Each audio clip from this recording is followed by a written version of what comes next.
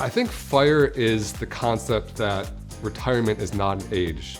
A lot of us go through the world thinking that when we turn 65, something magical is going to happen and you get to retire. And that's not true, because if you don't have any money, you can't stop working when you're 65. And on the flip side of that, you don't need to wait until you're 65 either. If you have enough money, you can retire at 55 or 45 or 36 like I did.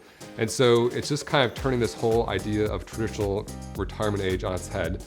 My name is Jeremy Schneider. I'm 41 years old. I live in San Diego, and I reached financial independence at 36.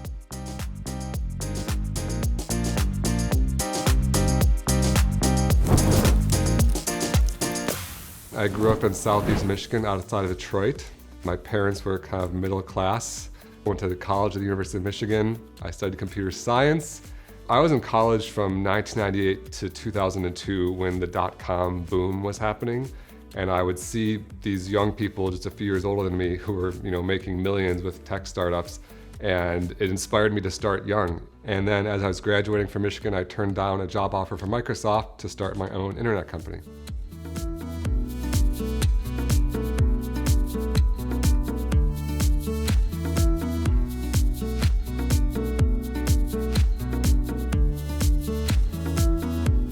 But I recorded my bank account the moment the wire came through. I clicked refresh and it jumped from $100,000 or so to over $2 million, which was pretty surreal.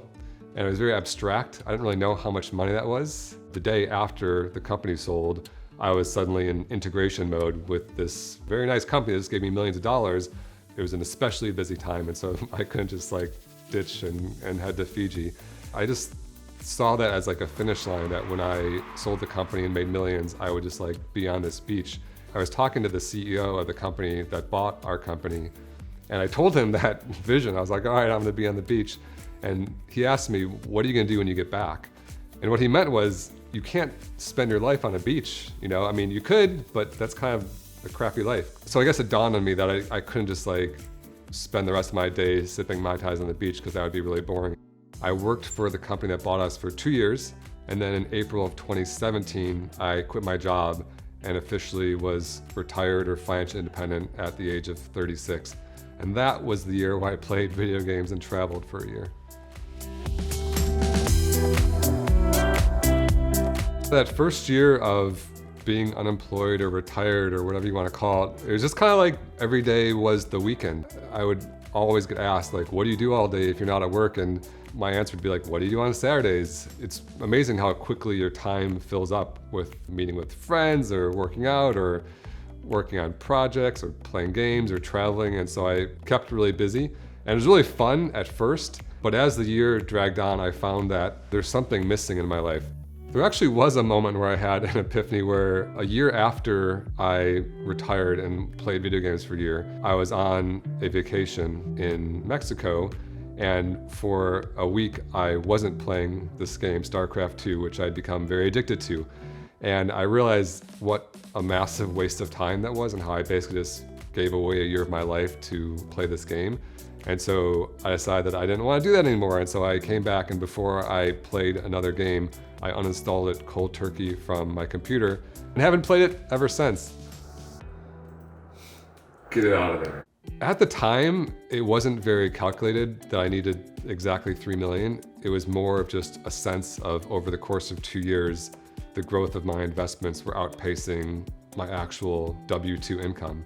Now, with the benefit of knowing about the FIRE movement much more in depth, I know about the 4% rule, which says you can live on about 4% of your investment portfolio. 4% of 3 million is $120,000, which was twice as much as I'd ever spent in a year. And so I think that I was easily FIRE at $3 million. My net worth is about $4.4 million. 1.1 million is the value of my home you see behind me. I was a lifelong renter until I was 38 years old. I was actually living in my friend's garage, which was converted to an apartment. I have a traditional IRA with about $50,000 and a new 401k with my new company that's got about $15,000. The other 3 million or so is all in a taxable account, just because it didn't fit in the tax advantage accounts. I think my biggest expense is probably travel right now. I'm just going on vacation. Restaurants, I think I spend about $800 a month.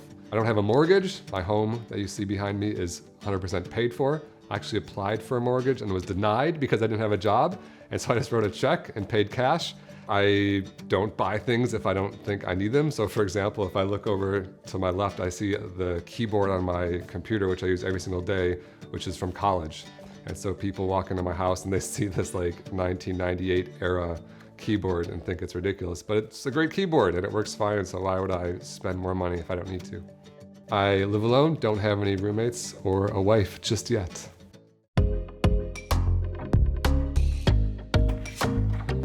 Welcome to my home. I live here in sunny San Diego in this 2-bedroom condo. Come on in, I'll show you around. This is my living room where I watch CNBC Make It. This is my office. I sit here, I make Instagram posts, TikTok reels. The kitchen's over here. When I bought this house for $712,000, everything was different. There's a gigantic wall that came right down here. I knocked down the wall, remodeled the kitchen, put in this big built-in table. There's about $100,000 in total for the remodel. Guest bathroom.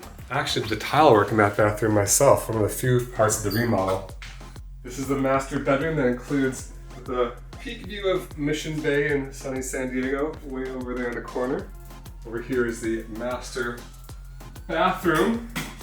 When I bought the place, this was all pink with a tub, and I put in a total new shower, tile, one of these fancy lighted mirrors so I can look at myself every morning, do my daily affirmations.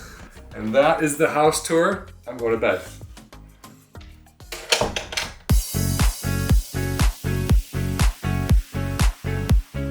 I started an Instagram account where my plan was to share daily personal finance and money tips. Every single day I would get the exact same question, which is like, how do I get started investing? What's a Roth IRA? What's an index fund? What investment do I buy? And then after a year and a half, it was mid-2020 and I was kind of bored during the pandemic, and I essentially started a company by mistake by launching a paid product. I wanted to create just a video course that walked through it that kind of was like a brain dump from my brain to everyone who was asking these questions. So I decided to sell the video course for $79. And the first week of launching this course, we made like $110,000. And so I was like, oh, it took me 4 years at my first company to make $110,000.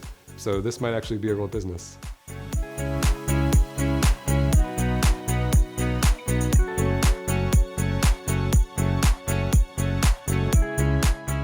I do a 25% profit share. So 25% of our profit is split among the employees based on seniority.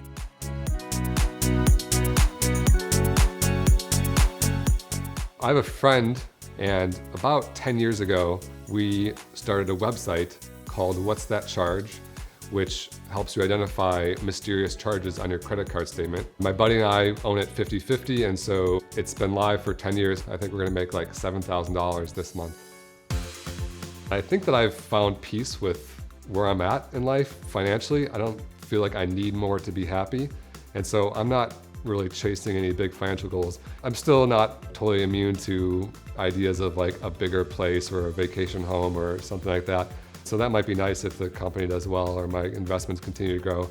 If I didn't have income from my current job, I can live forever on my investments. I'm living way below the safe withdrawal rate from my portfolio, short of some sort of economic apocalypse in the future, which no one can predict, but I can live forever on my investments.